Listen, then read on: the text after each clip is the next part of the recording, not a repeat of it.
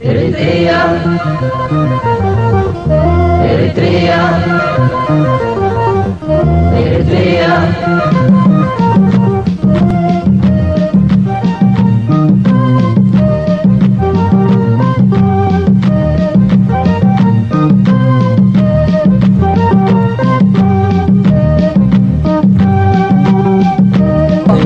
عسران شعتن شحكي قلملا 209 حموشن شحكي مزقبكم حج كلكم دكيري ما تيس اوصون كاب معصاو قلملا قال حج بخبرتكم ساوصون سلام تخاتلتي مندلاي ميديا كمي وعلنا لوم خا اقداسيو زولكو مدبات حيزه مصيلغو ذا فيديو دحاركن ملساينا ز ميديا ناي ارتراويان ناي هاغراويان ميديا يو كم تقول غزي نبلو سبسكرايب زي غبركم نز channel سبسكرايب مغبار كجمروا كلهم ذا فيديو خا لايك نغبرنا شير كانبلو بزا أبقى ميد الله سئلي كنجمرينا مالتي أوكي زيهم أكوبات همما إليه مالله بك تأثيرو تفتحو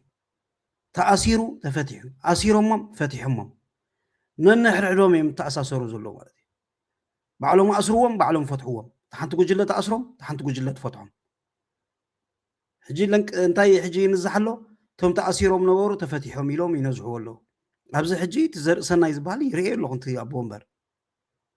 جيغا خلالي أنا يرئي لهم هو يرئي لهم ولا يهلو بزن واللوما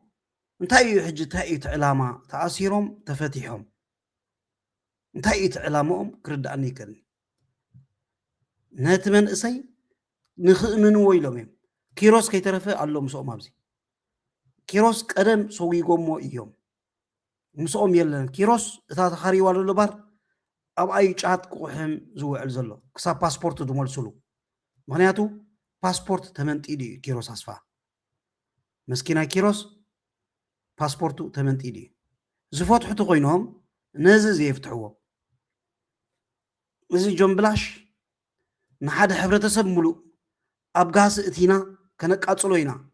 سراويت إرتراخ السعر اللو كتمارو خوم يبلكمن منقص تقراي كتمارو خوم يبلكمن تقتلوه مالكم زبر زنبرة تحت قد قالوا نزل يوصوا دوت تخينهم نتومني أديسا مساكين قلعوا يبعلهم أسروهم بعلهم فتحوهم كنا يزيهم فيلمي بسرح عن رأي فلتني بعلهم أسروهم بعلهم فتحوهم يقرمي أبيهم كوتحو كفلت أيكلني كم زجيرهم نتمن إسي كسام معاسيهم كتالالوه كفلت أيكلني مالتي بقى ببزغدوه كسو تأثيرو كسو تفتحو ندابلكا نتمن إسي متصاوتي يقبرو له anyway كيرس أخوة كلكم زينا سبورت سالا تا زينا سبورت زيوم تقالا دمتي أب تور دي أفينر زبهال سلسة إرتراويان نابتي بنشتي تور دي فرانس فلت تور دي أفينر كساتو فيهم أبزي كعبلت أسرة نحاسة جميرو كساب إسران شدشن نحاسة نشوعات معلت زكايد وددر ككايد يوم توم توادا درتقا كم زنري أمزلنا بكرمينا الكياس ما أكليو تحدى نهم إفريم كمون يافيت ملقيتا صبوق عدل نتقالا دمتي إرتراويان نمنا بمقتصال أبزي أبزلو مارتين بلاوت زبال مارتين بلاوت مالت تي تلاقي نهيز بإرتراي قدم حجي يعقوب زبال أو عاد إنجليز زغمت مع ريبورت لنا نا إرترا كنا نقرأ كاينا عنا وانا إلو ما بحال ندا شاي عديمهم انتاي زبال زدفو لي مالتي نقاقو حو زدفو له يوزي مارتين بلاوت زبال حجي خا غوز ناي كوينا تقبر له أبز بإنجليش جيرو أب تويتر سبيكا يجاجس لزلو جبر ملسون كمل لسولو خنك لنا انتهي زبل مكانايزد حيل نايش عبيا نابرايا يأتو علو reporters of Eritrean heavy artillery moving towards Raya rise fears of wider war. Reports from Eritrean public media source claim that Eritrean supplied tanks and heavy artillery have been moved towards the Raya front in southern Tigray. يزبل زلو اتحسوتهم أبي يخبصهم كفلت أيكلني من هذا زي مارتين بلاوز بال انت أنا تسأل إيه دلو قبل الحزب إيرترا كفلت أيكلني مالتي قد محجون أبز ناي تجراي ناي كينات كله تجراي مس إثيوبيا كينات حد كله بقى بفتان بقى يجوز نيرو أنصار حزب إيرترا أفتات تسمع تويتر سلازغلت أبقى يوزفون نيرو حجة أجميرو ولا مالتي كنت زي أكل نحر حصد وحسو جميرهم أيقرمنا نينا أنا إيرتراوي مغنياتو شعبية حج منقستي إيرترا زلو جغننوتو بتغارو تغادلتنا يتغراي زنبورو كقلص كله بزنس معايا أبزح إيرترا تبحال حاجر زني حزبي ناي بعلو محترا زنبورو كلتا سلسته بعد مقزات إثيوبيا السكا زنقلاتو حزبيو كاوزي حراوت يلو بقالش حراوت يلو إذا بقالش حراز وصو أدم حزبنا حدا على محتز قليز إني رأي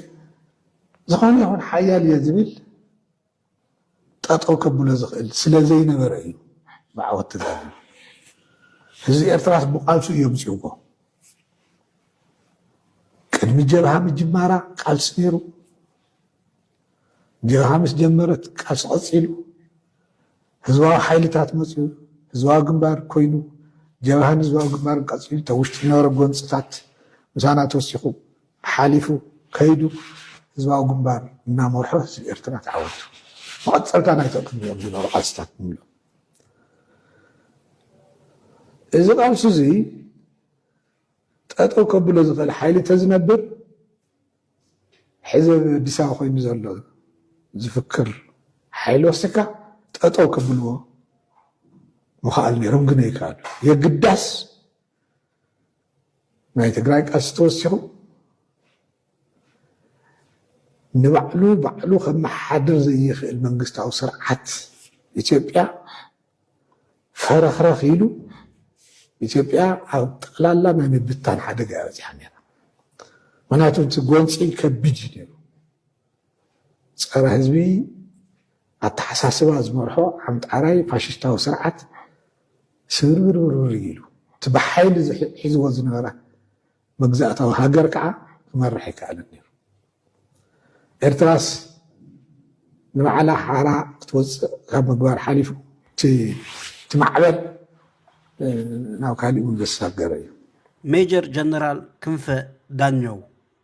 يخزارب تانيو زيو تحقي نايا بوتاتنا جغننات مالتي تحقق قلت كله كم زخن سمعت صراحه ازي مارتين بلاوز بهالجن صلاي ناي حزب إرتراي قدمن حجن ذاتس واي مقاو حقيرهم حدا غزي اسنبي دمو زنبور بعلي يعقوب زبالو ايسمعني كن انتي يدلي وانا تهاجر كفلت ايكلني صقم علينا صقمنا بعلنا اينا نفتح مسمن كون كايخا بعداو نسخس مسمن كون كايخا صقمنا إرترا تفتح من مصي خابزي ميديا رخيبيلكا كتصحف كتوعل بايزوي نعنا زدفرونا زلو بزقات ام خنقركم زيوم دنب شنكوللين دنب عنكليل كمزي تغرينا خصص اغلها تخدد مش بخبي زيوم دنب عنكليل كا زيوم يمدفرونا زلو حلف حليفهم أفدق بحري إثيوبيا يفقد أيو نحنا تحيزنايات هاجرسي كنفقد الله إنا كتونن موناني ولا أفدق بحري نختونن سكنفقد الله إنا يلوم دزاربو زلو زيم دنب شنكوللين دنب عنكليل زيم يمدفرونا زلو مالتي ود بشاشا بزح ብዛዕባ ናይ ባሕሪ ብናህሪ ይዛረብ ዘሎ ኣብዚ ግን ግብረ መልሲ ካብ ውሽጢ ዓዲ ዝመፁ ከዓ ካብ ሚኒስትሪ ኦፍ ኢንፎርሜሽን ዝመፀ ግብረ መልሲ ናብ ወዲ በሻሻ ከዓ ጭንቀት ሰልፊ ከም ዘላታ ክንብባ እየ ጭንቀት ሰልፊ ብልፅግና ይዓርግ ኣሎ ኩነት ኣእምሮ ናይዚ ብቅፅበት ተስፋ ዘሎን ዘየለን እሪ ቁፅር እናበለ ዝህውትትን ኣብ ዓዘቕቲ ሰጢሙ ዝዕለበጥን ዘሎ ስርዓት ብልፅግና በዞም ዝስዕቡ ጉልሓት ምልክታት ብዝበለፀ ክቃላዕ ይኽእል ኣብ ዝሓለፈ 10 መዓልቲ መራሒ ናይቲ ሰልፊ ምስ ኣምሓራ ኮርፖሬሽን ሚድያ ኣሜኮ ኦሮሞ ብሮድካስቲንግ ኔትወርክን ኦቢኤን ዝበሃሉ ዝገበሮ ማራቶናዊ ቃለ መጠየቅ ኣብ ዘቤታዊ ጉዳያት ዘተኮረ እኳ እንተተባሃለ ንኤርትራ ብዝተኻትኩ ሓሳባት ዝተጎብአ እዩ ነይሩ ሰበስልጣን ስርዓት ብልፅግና ምስቲ ስርዓት ምትእስሳር ዘለዎም ማዕከናት ዜና ከም ኣገልግሎት ዜና ኢትዮጵያ ኤኤንኤ ኮርፖሬሽን ፈነወ ኢትዮጵያ ኢቢኤስ ኮርፖሬሽን ፈነወ ፋና ኤፍቢሲ ኢንስቲትዩት ወፃኢ ጉዳያት ኢትዮጵያ ሆርን ሬቪው ወዘተ ብተብተብ ዘቕረብዎ ንኤርትራ ዝምልከት ዓንቀጻት ወይ ናይ ቴሌቪዥን ፕሮግራማት ኣብቲ ቃለ መጠየቅ ብዛዕባ ዘቤታዊ ጉዳያት ኢትዮጵያ ዝቐረበ ሓደሽቲ ትረኻ ብቐንዱ ንውሽጣዊ ጉዳያት ዝምልከት ዳ እምበር ምስ ኤርትራ ዝተኣሳሰር ኣይነበሩን ይግዳስ ናብቲ ዝበዝሑ ኢትዮጵያውያን ተንተንቲ ዝውትትሉን ንሓፂር ዝጥመተን ናይ ርሑቕ ሓደጋ ዘይርእን ስትራቴጂ ኣቲና ግዜና ክነጥፍእ ኣይንደልን እቲ ቃለ መጠይቅ ብፍላይ ኣብ መንጎ ብሄራት ኣምሓራን ትግራይን ኤትኒካዊ ምትፍናን ክፍጠር ዝህቅን ከምኡ እውን ምክፍፋል ፈጢሩ ንህዝቢ ኦሮሞ ክሳብ ዝፍትን ተንኮል ዝተሓንገጠን እዩ ነይሩ እቲ ንኤርትራ ብዝምልከት ብማዕከና ዜና ብሰበስልጣን ኢትዮጵያ ብመራሕቲ ሰልፊ ብልፅግና ዝተነዝሐ ስኑዕ ትረኻታት ኣብ ፈጠራዊ ዓጀውጀው ፅምፅዋይ ድሌትን ዝተሰረተ ኮይኑ ምስቲ ኣብ ቀርኒ ኣፍሪቃ ዘሎ ታሪኻዊ ሓቅታት ፍጻሜታትን ፍጹም ዘይቃዶ እዩ ብሕፅር ዝበለ ስርዓት ብልፅግና ንዕዳጋ ኣቕሪብዎ ዘሎ ሓድሽ ስኑዕ ትረኻታት ከምዚ ዝስዕብ እዩ ኦሮሞ ሓደ እዋን ንኤርትራ ብምውራር ነቲ ብምድረ ባሕሪ ዝፅዋዕ ኣብ ማእከላይ ዘመን ንኸበሳን ምብራቃዊ ምትሓትን ናይዛ ሕጂ ዘላ ኤርትራ ዝውክል ቦታ ሙሉእ ብሙሉእ ሒዝዎም ከም ዝነበረ ክገልፁ ተሰሚዖም ነዚ ንምእማን መራሕቲ ብልፅግና ንመሰረት ኣልቦ ቋንቋኦም ንምስሳል ከምዘየዋላውል መርትዖ ኣቕሪቦም ባሮንቱ ምስ ቦረና ናይ ኦሮሞ ሓደ መበቆል ዘለዎን ምዃንን እቲ ዝነውሖ ጎቦ ናይ ኤርትራ እምባሴራ ምስ ደብራ ከምኡ እውን ምስ ቋንቋ ኦሮሞ ዘመሳስል ኣስማት ወይ ለሃጃታት ዘለዎም ካልኦት ቦታታት ኤርትራ ወይ ከዓ ኣብቲ ቃለ መጠይቅ ኣስማቶም ብግልፂ ዘይተዘርዘሩ ምስ ታሪክን ባህልን ኦሮሞ ኣተኣሳሲሮም ዋንነት ኦሮሞ ከምስልዎም ፈቲኖም እዞም ናይ ቀቢፀ ተስፋ ዓጀውጀው ሓደገኛን ዝበኣሰን ሳዕሜናት እንተዘይኸተለ ነይሮም ብቐሊሉ ከም ዕሽነት ክውሰዱ ዝኽእሉ እዮም መራሒ ስርዓት ብልፅግና ኣብ ዝሓለፈ ግዜ ልዕላዊ መሬት ኤርትራ ብምውራር ዋንነት ልዕላዊ ባሕሪ ክህልዎ ምዃኑ ኣብ ጥቅምቲ 2023 ተዛሪቡ ነይሩ ኣብቲ ሽዑ ዝበሎ ዝሕንቕ ዘረባ ብዛዕባ ናፅነት ኤርትራ ዝገለፀ ወግዓዊ ሰነዳት ኣብ ቤት መዝገብ ኢትዮጵያ ወይ ከዓ ካቢነ ባይቶ ወዘተ ክርከብ ከም ዘይክእል ገሊፁ ነይሩ ከምኡ እውን ምስለ ስትራቴጂያዊ ኣገዳስነት ፕሮጀክት ሓይሊ ባሕሪ ኢትዮጵያ ክብል ድሕሪ ዘቕረቦ ናይ እጀታ ሕቶ ኣብ ደሴት ዳህላክ ደቡባዊ ገምገም ቀይሕ ባሕርን እውን ኣብ ኣዝዩ ዝኸፍአ ደረጃ ዓሪጉ ኣሎ ኣብዚ እዋን ብግብሪ ንዕዘቦ ዘለና ናይ ስርዓት ብልፅግና ሰልፊ ፖቶማኪን ታሪክን መርዛም ኣጀንዳ ነቲ ፍጻሜ ዘይከራኽር ልዕላውነት ኤርትራ ሙሉእ ብሙሉእ ናብ ምኽሓት ተሰጋጊሩ ኣሎ እዚ ብተደጋጋሚ ኣንጻር ኤርትራ ዝግበር ዘሎ ትንኩያት ዝኣወጀ ዘሎ ኩናት ብርግፅ ነቲ ኣብ 2018 ዝተኸትመ መራሒ ናይቲ ስርዓት ሽልማት ኖቤል ዝተቐበለሉን ኢትዮጵያ ንሃገራዊ ሕጊ ሙሉእ ብምሉእ ክትገዝእ ንብይን ኮሚሽን ዶብ ክተኽብርን ዘገድድ ስምምዕ ንሕዝነት ኤርትራን ኢትዮጵያን ዝፃባእ እዩ እዚ ናይ ትንኩያት ኩናት ኣጀንዳ ስርዓት ብልፅግና መደናገርን ግርምቢጥን ከም ምዃኑ መጠን ሕጂ ድማ ስልብጥ ኢሉ ቃንኡ ናብ ናይ ርእሰ ምክልኻል እናለወጠ ይኸይድ ኣሎ ነዚ ሓቂ ንምምሳል ከዓ መራኸቢ ብዙሓት ስርዓት ብልፅግና ንኤርትራ ከም ብተፈጥሮኣ ውሕስነት ዘይስምዓን ከም ሃገር ህላውናን ቀጻልነታን ኣብ ቀጻሊ ዘይምርግጋእ ናይ ኢትዮጵያ ዝምርኮስ ገይረን የቕርብኦ ኣለዋ ነቲ ናፅነት ምርግጋፅ ዘካየደቶ መሪር ሓርነታዊ ቃልሲ እውን ከም ሓደ ንኢትዮጵያ ንምድኻም ደይ መደይ ተባሂሉ ዝተማሃዙ ናይ ግዳም ውዲት ኣጀንዳ ኣምሲለን የናሽውኦ ኣለዋ ኩሎም እዞም ውህዳት ሽጣራታት ናብ ኣዕናዊ ኩናት ዘምርሕ ታሪኻውን ሕጋውን ሞጎተ ንምድላው ኮነ ተባሂሎም ዝግበሩ ዘለዉ እዮም እቲ ሓቂ ግን ኤርትራ ንዘይምርግጋእ ኢትዮጵያ ክትሰርሕ ፖለቲካዊ ውጥን ይኹን ድሌት የብላን ነይሩ እውን ኣይፈልጥን እዩ ኤርትራ እቲ ብዙሕ መስዋዕቲ ዘኽፈለ ነዊሕን መሪርን ሓርነታዊ ኩናት እውን እንተኾነ ብሰንኪቲ ኢትዮጵያ ዘበገሰቶ ናይ ምስፋሕፋሕ ጥሙሑን ሃገራዊ ሕጊ ብቑልዑ ጥዒሳ ዝፈፀመቶ ጎበጣን ተገዲዳ ዝኣተወቶ እዩ እቲ ኣብ 1998 ክሳብ 2000 ዝነበረ ደቡባዊ ኩናት እውን እንተኾነ እቲ ንስርዓት ደርግ ተኪኡ ናብ ስልጣን ዝደይበ ስርዓት ይወደግ ንሃገራዊ ሕጊ ቻርተር ሕቡራት ሃገራት ሕብረት ኣፍሪቃን ብምጥሓስ ነቲ ፍጹም ክትንከፍ ዘይግብኦ መግዛእቲ ዶባት ንምቕያር ክብል ብዝወሰዶ ስጉምቲ ዝተባርዐ እዩ እዚ ሕጂ ኣብ ቀርኒ ኣፍሪቃ ኣንጻላልዩ ዘሎ ኩነት ውጥረን ኩናትን እውን ውፅኢት ናይቲ ስርዓት ብልፅግና ዝኽተሎ ዘሎ ንኤርትራ ናብታ እኖ ሓጓኣ ዝብላ ኢትዮጵያ ንምምላስ ናይ ምዕብልናን ጉጉይ ፖሊስታት እዩ እቲ ኣብ 2024 ምስ ሶማሊላንድ ዝኸተሞ ዘይሕጋዊ ምርድዳእ መዘክር እቲ ንሓይልታት ዳዕመ ሰሪዕ ንምሕጋዝ ክብል ብትእዛዝ ሕቡራት ኢማራት ዓረብ ኣብ ደቡባዊ ምዕራብ ኢትዮጵያ ዝደኮኖ እቶም ሱዳናውያን ተቃዋምቲ ዝገልግሉ ወተሃደራዊ ማዓስከር ከምኡውን እቲ ኣንጻር ኤርትራ ብዘይ ምስላይ ብቁልዕ ዘስምዖ ዘሎ ናይ ኩናት ምግብዕባዕ ዘርኢ ዘሎ ወተሃደራዊ መናወርታት ንምሉእ ስእሊ እቲ ስርዓት ዝኽተሎ ዘሎ ኣብዚ ዞባ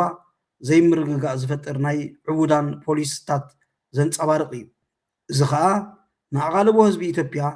ማሕበረሰብ ዓለምን ካብቲ ኣብ ኢትዮጵያ ኣጋጢሙ ዘሎ ውሽጣዊ ፀገማት ንምጥምዛብ ኢሉ ዝኽተሎ ዘሎ እዩ ኣብ መወዳእታ ኤርትራ ኣብቲ ሕሉፍ ግዜ ንዝተፈላለዩ ዕጥቃዊ ቃልሲ ዘካይዶ ዝነበሩ ሓርነታዊ ምንቅስቓስ ናይ ኢትዮጵያ እንተላይ ንግንባር ሓርነት ኦሮሞ ኣብ 1980ታት እትድግፈሉ ዝተወደበ መርበባት መስመራት ነይርዎ እዩ እዚ ከዓ ኣብ ፍሉጥ ረዋሒታትን መድረኻትን ተቃውሞ ንጭካነ ተኸታተልቲ ስርዓት ኣብ ኢትዮጵያ ከምኡውን ነቲ ሕጋዊ መሰል ኤርትራ ካብ ኣርዑት መግዛእቲ ናይ ምልቃዕ ዕጥቃዊ ቃልሲ ኣፍልጡ ኣብ ምሃብ መሰረት ዝገብር እዩ ነይሩ ዋላ ኣብዚ እዋን እዚ እንተኾነ ኤርትራ ኣብ ሓድነት ህዝብታት ግዛእታዊ ሓድነት ኢትዮጵያ ዘለዋ መትከላዊ መርገፂ ንጹርን ዘየዋላውልን እዩ እዚ እንተላይ ኣብቲ ህዝባዊ ግንባር ሓርነት ኤርትራ ዝምድናታቱ ምስ ተቃወምቲ ውድባት ኢትዮጵያ ከመይ ክኸውን ከም ዘለዎ ኣመልኪቱ ኣብ ጥሪ 1985 ዘዳለዎ ወግዓዊ ሰነድ ከይተረፈ ኣነፂርዎ ኣሎ እዚ ካብ ሚኒስትሪ ኦፍ ኢንፎርሜሽን ዝረኸብኮ እዩ ሎማዓንቲ ዝወፀ እዩ እዚኦም ግን ንኩናት እዮም ዝጉስጉሱ ዘለዉ ከም በዓል እዚ ማርቲን ፕላውት ዝበሃል ንኩናት እዮም ዝጉስጉሱ ዘለዉ ብራያ ኸይዶም በዚ ኸይዶም ብቆቦ ኸይዶም እንዳበልካ ነቲ ሰራዊት ናይ ወድ በሻሻ ንምሽይጣን ዝግበር ዘሎ እዩ እዚ ከዓ ንሕና ኤርትራውያን ስቂልና ኣይንሪኦን ኢና ኤርትራ ሃገርና ንኽወራ ዝመፅእ ዝኾነ ይኹን ሓይሊ ዕድል ኣይንወን ኢና ዕድል ዝበሃል ኣይንህብን ኢና ከምዚ እዚ ጀነራል ክንፈ ዳኘው ክብሎ ፀንሐ ታሪክ ናይ ህዝቢ ኤርትራ ታሪክ ናይ ህዝባዊ ግንባር ክውከሱ ክኽእሉ ኣለዎም ዋላ እዚ ማርቲን ፕላውት ዝበሃል ማለት እዩ መካናይዝ الحيل ናይ ሻዕቢያ ናብ ራያ ዶ ገለ እንዳበለ ዘየለ ዜና ንኩናት ዘተባብዕ ዜና ዘመሓላልፍ ዘሎ ንሕና እውን ሪፖርት ክንገብሮ ኣለና ነዚ ሪፖርት ጌርና ነዚ ማርቲን ፕላውዝ ዝበሃል ክንዕፅዎ ክንክእል ኣለና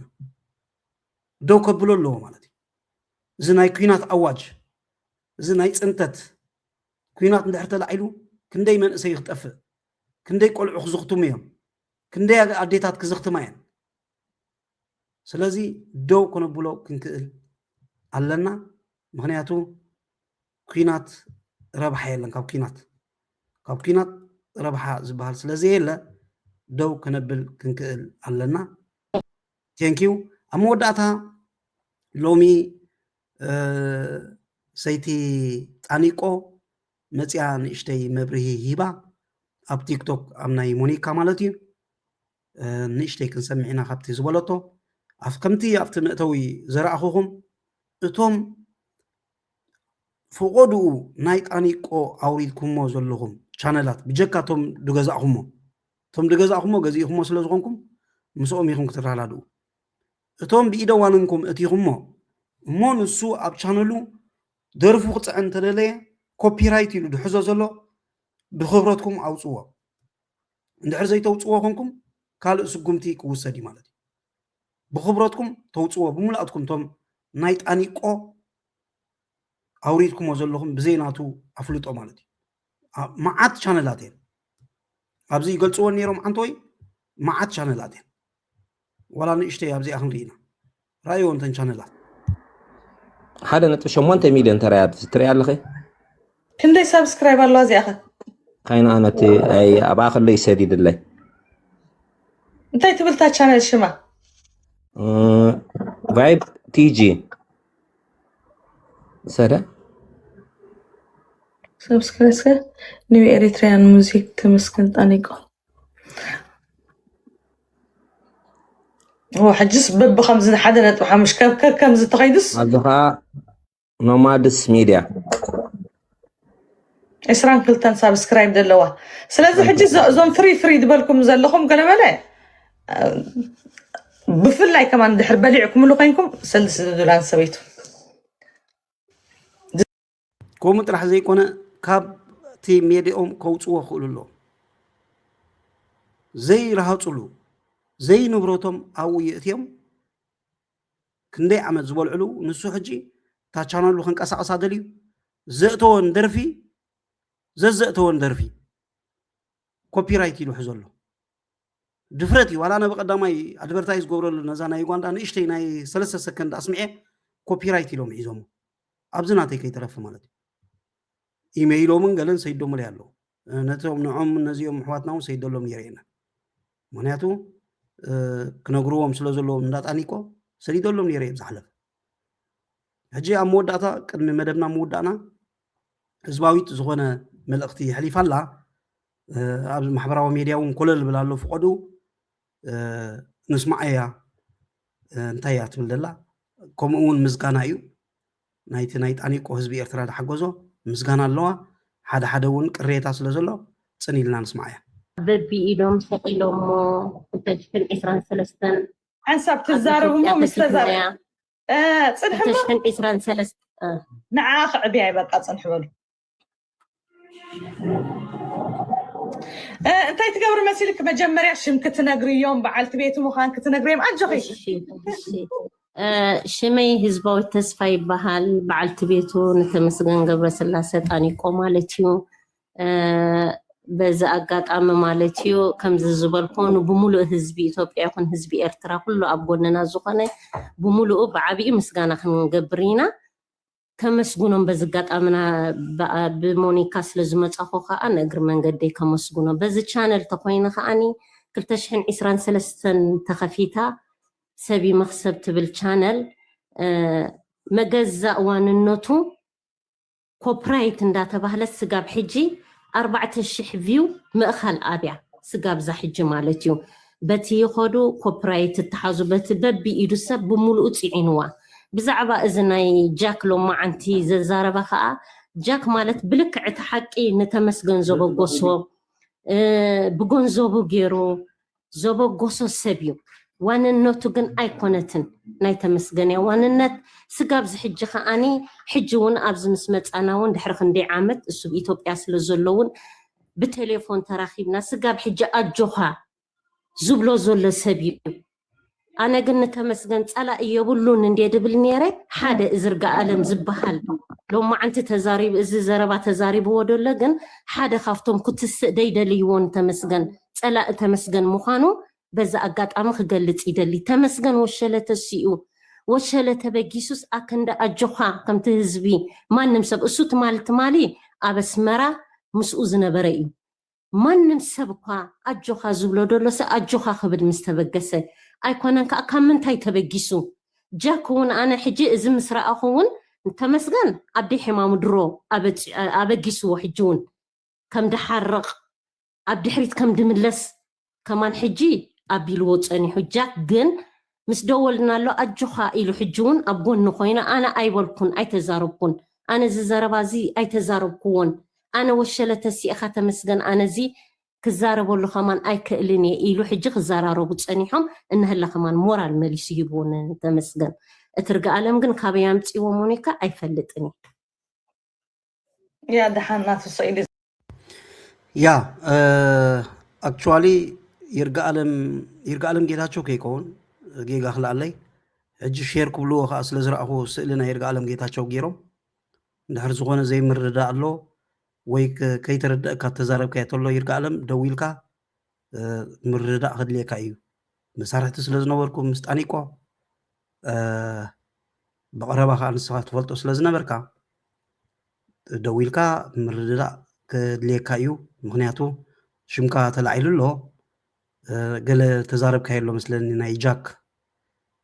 ብዛዕባ ጃክን ናይ ጣኒቆኒ ትዘረባ ተዘይተጋግየ ግን ኮለል ክብል ምስ ረኣኹዎ የነ ኣብዚ ምፅየስ እሱ ይርግኣለም እውን እዚ ሚድያ ስለ ዝከታተሎ ሰሚዑ ድሓር ወላው ኣብ ቲክቶክን ኣብ ኩሉ ሸር ይብልዎ ስለ ዘለዎ ከዓ ክሪኦ እዩ ብዝኾነ ወገን ደው ኢሉ ድዩ ገለ ከዓ ምስ ጣኒቆ ይረዳዳእ እንድሕር ክረኽቦ ዘይከኣለ ከዓ ወፂኡ መብርሂ ይበላ ማለት እዩ ናቱ ቻነል ስለ ዘለዎ ኩሉ ግዜ ምርድዳእ እዩ ወሳኒ ንጣኒቆ ከዓ ኣብቲ ዝለዓለ ደረጃ ንክበፅሕ ከምዚ ዝበለቶ ህዝባዊት ኩሉ ህዝቢ ኤርትራ ሰሪሑ እዩ እሞ ክብረት ይሃብኩም ሞኒካ ምስ ጀመረታ ብሙሉእ ህዝቢ ኤርትራ ተላዒሉ ቫይራል ወፂኡ ኩሉ ህዝቢ ኤርትራ ከዓ ኩሉ ህዝቢ ዓለም ኩሉ ዝኾነ ሰብ እቲ ቋንቋና ናይ ትግርኛ ዝርድኦ ሓጊዝዎ እዩ እሞ ንጣኒቆ ኣመስጊና እያ ንሕና ከዓ ኣብቲ ንቡሩ ንክምለስ ጸሎት ክንገብረሉ ኢና ማለት እዩ ምክንያቱ ጣኒቆ ማለት ቅርሲ እዩ እታ ናይ ክስታይ ዝበልኩኹም ግን ከይረሳዕኽዋ ከለኹ እቶም ኣብቲ ኣብዘይ ክስታይ ፅዒንኩሞ ዘለኹም ፕሊስ ኣውፅዎ ኩላትኩም ክበዝሑ መዓት እዮም ንእሽተ ክሪኤኩም ኣብዚ ብጣዕሚ እዮም ብዙሓት እቶም ቻነላት ፅዒኖሞ ዘለዉ ናይ ጣኒቆ ፅቡቅ ኣይኮነን ንሱ ዋላ ብናቱ እዩ ኖ ብጀካቲ ኤላ ቲቪ ድዩ ገለ ዝበሃል ካልእ ከዓ ሓደ ኣሎ ብ30,000 ሸይጥልና ዝበሉ እንተዘይኮይኑ ኤላ ቲቪ ከዓ ሓንቲ ኣልቡን ምልእቲ ካልኦት ስኢልኩም ኢኹም ፅዒንኩሞ ዘለኹም ድሓር ብገዛእ ንብረቱስ ኮፒራይት ከዓ ይተሓዝ ኣሎ ስለዚ ኩላትኩም ብሙሉኣትኩም ከተውፅዎ ይምሕፀነኩም ማለት እዩ በዚ ጋጣሚ ብሙሉእኹም ኣውፅዎ እንተዘይኮይኑ ሕጋዊ ስጉምቲ ክውሰድ እዩ ሕጂ መጠንቀቕታ እያ ሰይዳ ዘላ ብመንገዲ ናይ ሞኒካ ሚድያ መጠንቀቕታ ይመፅእ ዘሎ ሕጋዊ ስጉምቲ ክውሰድ እዩ ምክንያቱ ምስራሕ ክልኢኹም ዋላ ንሱ እቲ ቪድዮታቱ ኣብቲ ናቱ ክፀዓን ብኮፒራይት በቃ ምስራሕ እዩ ከምታ ዝሰማዕኹማ ናይ ዝተያ እስከ ገለ ካብተን ቻነላት ንርአየን ክንደይ ሳብስክራይብ ኣለዎ እንታይ ኣሊሕያ ትመስል ደላ እዚኣ 200 ሞግን ፅቡቅ ረአ እንዲ ዘሎ 229,000 ከይ ገለመለ 199,000 ከይ መዝግብ ኮን ሕጂ ኩልኩም ደቂ የረይ ማተይስ ኣውፅወን ካብ ምዕፃው ገለመለ ሕጂ ብክብረትኩም ኣውፅወን ሙኒር ኤሪ ሾው ትብል ኣለካ ከዓኒ ኣብዚኣ ናሃለት ካልኻ ገዛና ኤንዲ ኣብዚኻ ራይት ሪየማ የሚለያ ንካልኣይ ተደጊማ أبجا خانالتكم حدا نت 8 مليون ترى لخي كندي سبسكرايب الله زي اخي خاين انا تي اي ابا خلي يسديد الله انت تبلتا شانل شما فايب تي جي سرا يا دكيري كمزا تبهلنا يا نسو قداي تعنو خقبر من انتن حجي اذا انت بهيلن زلوا بمولا انتن ابزي شانلكم زي رهاتكم مولو درف مولو قاليهم البوم مولو 10 درف 10 حدا درف اب حدا شانل سعينكم وزلكم ليلو نسوقا قرسي بك ولا حنت قبل علو يكرني حجي انه قرس كن ابتاناتو شانل بمولو درفتاتو او كتصعان ندلي سلازلنا بمولاتكم بزقاطامي كتوصوه يمحصنكم كال سقم تخيتوسد كله مالتي مخنياتو اندحر دا يوتيوب ريبورت غيرنا እቲ ቻነልኩም ይخعص زي ንብረትኩም ጽዕንኩም ስመይስኩም ኮፒ ራይትን ገለን ተትሕዝዎ ዘለኹም ማለት ንዋና ተገላቡጦሽ ኮይኑ በቃ ስለዚህ እዚኣ ከም ለበዋ ኩላትኩም ካልኡን ኣሎ ብዚ ስክሪንሾት ሓስኮ ኣብ ናይ ጽባሕ መደበይ ከምፀ ብሙላትና ነውፃዮ ጥራሕቲ እንታይ ዝበሃል እንዳበልኩ ንጣኒቆ ኸ ሙሉእ ምሕረት ክገብረሉ ይምነ ሰይቲ ጣኒቆ ህዝባዊቱን ጅግና ኢኺ ጅግና ዓደ كم زلخي يقصلي كل حزب إرترا مساخي زلو كمون ودماري مونيكا أب قدميت كوينهم يصرحوا سلا زلو معناها كل جزء قلاص سلا زد ليو وكل نجر مالتي ولا غوفان نم هو تخلو كل نجر قلاص يد ليو نقدميت كا أنفتات حزم سغاب حجي أبغونهم كوينهم أجوهم زلوهم زلو مونيكان ودمارين كا تينكيو بشم حزب إرترا يا زي على بوا بجاختكم عين رسعيا كل تي فيديوهات تيهم زلهم أو تصوا ناب كاد سقوم تخيو خي كده كله بقى يا أخلنا يدك إيرين لومي كسبب كال مدن الرغب إذا فيديو جمرو كلهم لايك نجبرنا نجمرو سبسكرايب نجبرنا سبسكرايب نجبرنا شير كان نجبرو أفتنا يمشت مدمنا كسامنا الرغب بروح معلتي تشاو إريتريا إريتريا إريتريا